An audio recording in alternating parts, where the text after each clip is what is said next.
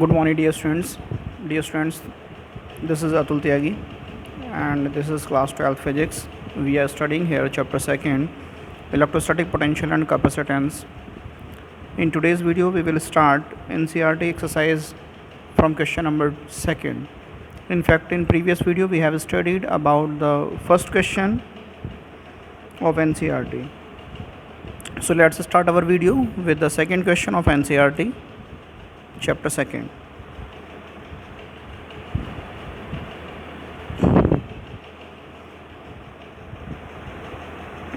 A regular hexagon of side 10 centimeter has a charge of 5 microcoulomb at each of its vertices. Calculate the potential at the center of the hexagon. Dear students, hexagon जो होता है हमारा, आपको पता है hex means 6 होता है.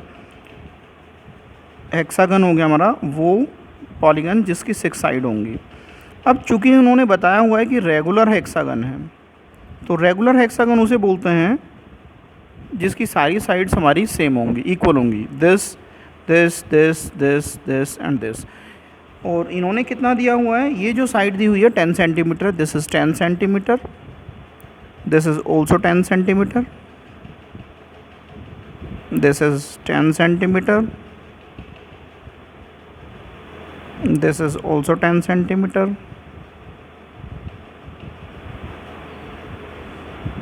this is 10 centimeter,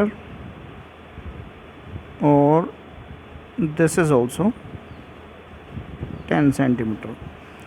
इसमें एक अच्छी बात यह है, यदि हम इसके अपोजिट वर्टाइसेस को इस टाइप से मिला देते हैं,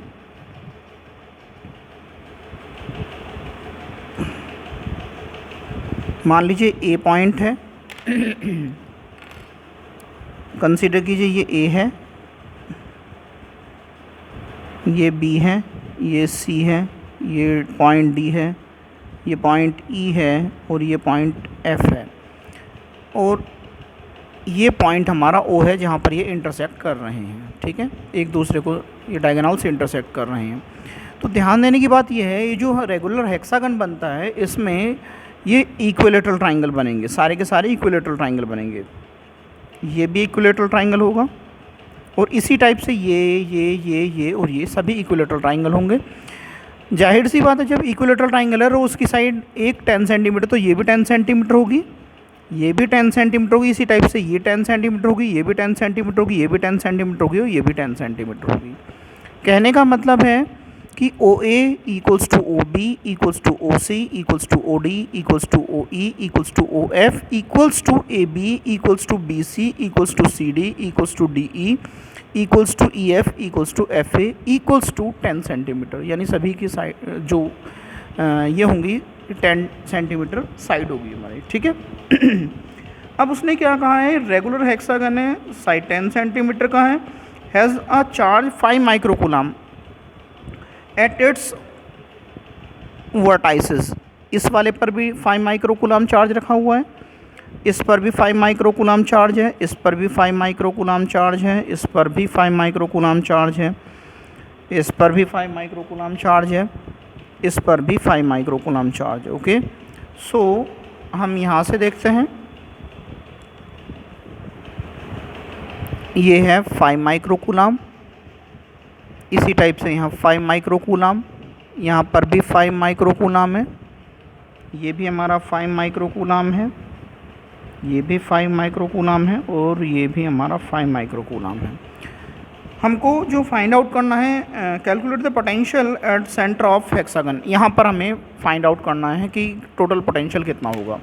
सो यदि हम ये कंसीडर करें वी ओ, यहाँ पर जो पोटेंशियल है वी ओ है, V O means potential at point O. O यहाँ पर हमारा है. ठीक है, तो हमको पता है पोटेंशियल हमारा स्केलर क्वांटिटी है, दैट्स वाई यहाँ पर जो होगा हमारा दैट इज़ वी ए इस पॉइंट के कारण, plus V B plus V C plus V D plus V E plus V F. इन सभी के कारण हमारा जो पोटेंशियल होगा, नेट पोटेंशियल हमारा इस पॉइंट पर होगा. ठीक है, पॉइंट ए पर जो चार्ज है दैट उसके कारण जो पोटेंशियल है वो वी ए है, पॉइंट बी पर जो चार्ज है के कारण जो पोटेंशियल है वो VB है। इसी टाइप से VC, VD, VE, VF, इन सभी के कारण जो यहाँ पर नेट पोटेंशियल होगा दैट इज़ VO, हम इनको फाइंड आउट कर सकते हैं।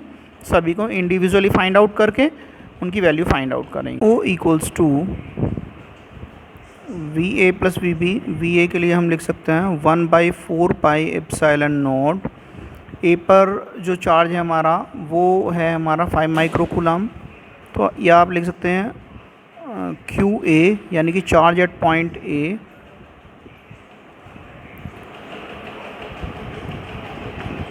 Upon R AO plus 1/4 pi epsilon not QB upon B point पर जो चार्ज है upon R BO plus 1/4 pi epsilon not QC पर जो चार्ज है QC by RCO plus 1/4 pi epsilon not QD upon RDO, D से O तक की distance, plus 1/4 pi epsilon not QE by REO plus, यहाँ पर नहीं लिखते हैं, यहाँ लिख लेते हैं 1/4 pi epsilon not QF upon RFO। इसका मतलब है कि चार्ज A पर है, QA का मतलब है चार्ज A पर है, QB का मतलब पॉइंट B पर जो चार्ज है, QC का मतलब पॉइंट C पर जो चार्ज है, QD का मतलब है पॉइंट D पर जो चार्ज है, QE का मतलब है जो चार्ज पॉइंट E पर है, और QF का मतलब है कि जो पॉइंट F पर चार्ज है। ठीक है। AO का मतलब है, RAO का मतलब है A से O तक की डिस्टेंस, BO का मतलब B से O तक की डिस्टेंस, CO का मतलब C से O तक की डिस्टेंस, DO का मतलब D से O तक की डिस्टेंस, EO का मतलब E से O तक की डिस्टेंस, और जो हमको लिखा हुआ है यहाँ पर FO RFO, इसका मतलब है कि distance between point F and point O। Okay, अब ध्यान से देखें यहाँ पर हमारा 1/4 पाई एप्सिलॉन नॉट कॉमन है, तो हम उसे कॉमन लिख लेंगे, that is QA by RAO plus QB by RBO plus QC by RCO plus QD by RDO plus QE by REO plus QF by RFO।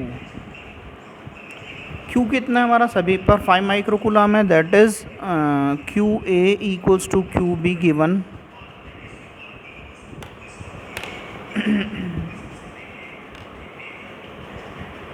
QA equals to QB equals to QC equals to QD equals to QE equals to QF। ठीक है, और ये कितना देगा 5 microcoulomb दिया हुआ है, that is 5 × 10⁻⁶ coulomb.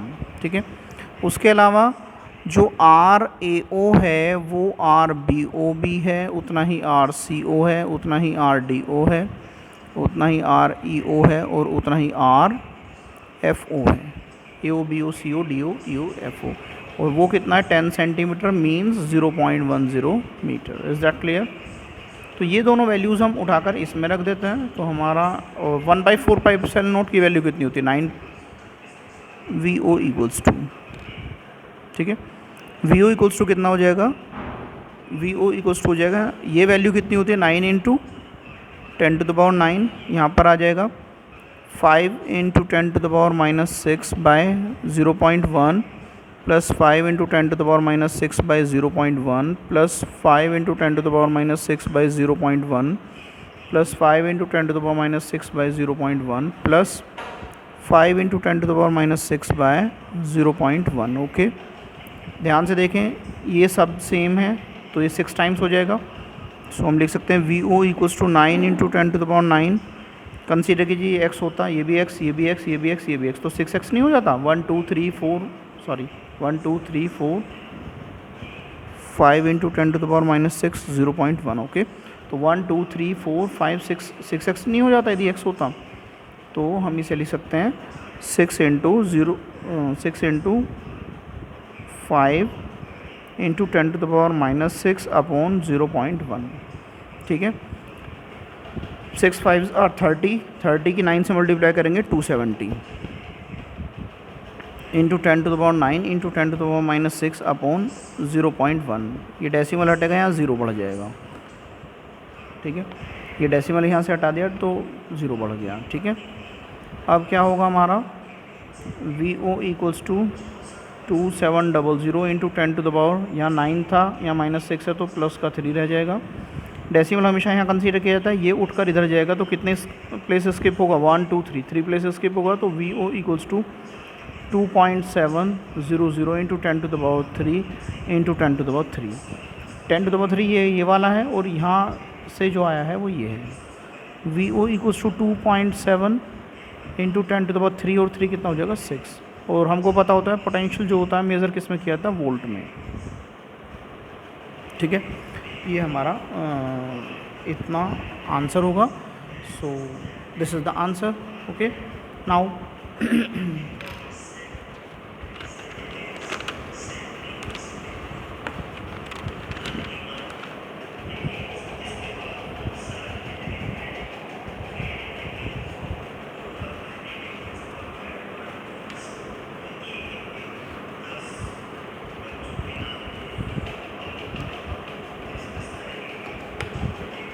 Next question है हमारा, थर्ड क्वेश्चन है। थर्ड क्वेश्चन क्या है हमारा, 2 charges 2 microcoulomb plus 2 microcoulomb and -2 microcoulomb are placed at point A and B. ये पॉइंट ए पर रखा हुआ है, ये पॉइंट बी पर रखा हुआ है एट 6 सेंटीमीटर डिस्टेंस अपार्ट, ठीक है। कंसीडर कर लेते हैं ये है हमारा, इस टाइप से इनके बीच की डिस्टेंस 6 सेंटीमीटर है। ये पॉइंट ए है, ये पॉइंट बी है। इस पॉइंट पर ये वाला चार्ज रखा हुआ है प्लस का 2 माइक्रोकूलम और ये माइनस का 2 माइक्रोकूलम इस पॉइंट पर रखा हुआ है। Is that clear? Identify an equipotential surface on the system. Dear students, आपको पता होता है कि इक्विपोटेंशियल सरफेस वो वाली सरफेस होती है जहाँ पर पोटेंशियल कांस्टेंट हो, ठीक है। यहाँ पर माइनस का 2 माइक्रोकूलम है, यहाँ पर प्लस का 2 माइक्रोकूलम है। तो एक कंडीशन ऐसी होगी, ठीक है, वो वहाँ पर ना इसके कारण पोटेंशियल होगा ना इसके कारण होगा, दैट इज़ V नेट जो होगा हमारा 0 होगा। तो इसके मिड पॉइंट पर ही होगा पॉसिबल। कारण क्या है, क्योंकि ये दोनों का मैग्नीट्यूड इक्वल है। यदि मैग्नीट्यूड डिफरेंट होता तो हमारा जो इक्विपोटेंशियल सरफेस या तो इधर खिसक जाती या फिर इधर खिसक जाती, depending on the value of charge, depending on the magnitude of charge, okay. So यहाँ पर दोनों का मैग्नीट्यूड इक्वल है और अपोजिट है, तो यहाँ पर एग्जैक्टली इनके मिड में होना चाहिए, यानी 3 सेंटीमीटर पर होना चाहिए। पॉइंट ए से 3 centimetre apart from point A towards point B, ठीक है ना। पॉइंट बी की ओर ऐसे कंसीडर कर सकते हैं, ये वाला पॉइंट जो हम मान लीजिए पी पॉइंट है, ठीक है ना। पॉइंट पी क्या होगा, 3 सेंटीमीटर अपार्ट होता है इस पॉइंट से, ठीक है ना, टुवर्ड्स पॉइंट बी की ओर, क्योंकि 3 सेंटीमीटर अपार्ट तो इधर भी हो सकता है, ठीक है, इसलिए। या फिर आप कह सकते हैं 3 सेंटीमीटर अपार्ट, और आप ऐसे भी कह सकते हैं 3 centimetre apart from point B towards point A. B से 3 सेंटीमीटर अपार्ट, इधर नहीं, इधर, क्योंकि हम इधर की बात कर रहे हैं, ठीक है। तो this is the required answer. अब फर्स्ट पार्ट हमारा हो चुका है। उसके बाद क्या है, what is the direction of electric field at every point on the surface. अब आपको पता होता है कि जो यदि यहाँ पर पॉजिटिव चार्ज है, इधर नेगेटिव चार्ज, तो यदि हम यहाँ पर एक इक्विपोटेंशियल सरफेस इस टाइप से ड्रॉ कर लेते हैं, ठीक है, तो क्या होगी, पॉजिटिव टू नेगेटिव डायरेक्शन तो हमारी जो होती इलेक्ट्रिक फील्ड की यही होती हमारी, ठीक है ना, पॉजिटिव टू नेगेटिव। तो इलेक्ट्रिक फील्ड की जो डायरेक्शन है वो क्या होगी, हमारी इलेक्ट्रिक फील्ड की जो डायरेक्शन है वो तो हमारी यही होगी, हमारी ये वाली डायरेक्शन ही होगी हमारी, पॉजिटिव टू नेगेटिव, ठीक है ना। तो हम कह सकते हैं सेकंड पॉइंट में हम कह सकते हैं direction of electric field is from A to B, कह सकते हैं is from A to B, ठीक है ना। और ऐसे भी बोल सकते हो पॉजिटिव टू नेगेटिव भी बोल सकते हैं, positive charge to negative charge भी बोल सकते हैं, ठीक है। और ये जो होगी हम हमेशा नॉर्मल ही होगी, ओके, ये बात ध्यान रखने की है।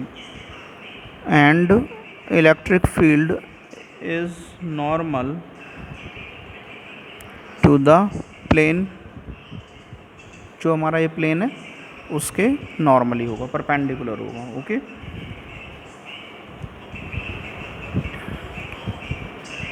so dear students, if you like this video, please like, share and subscribe. Thanks, have a nice day.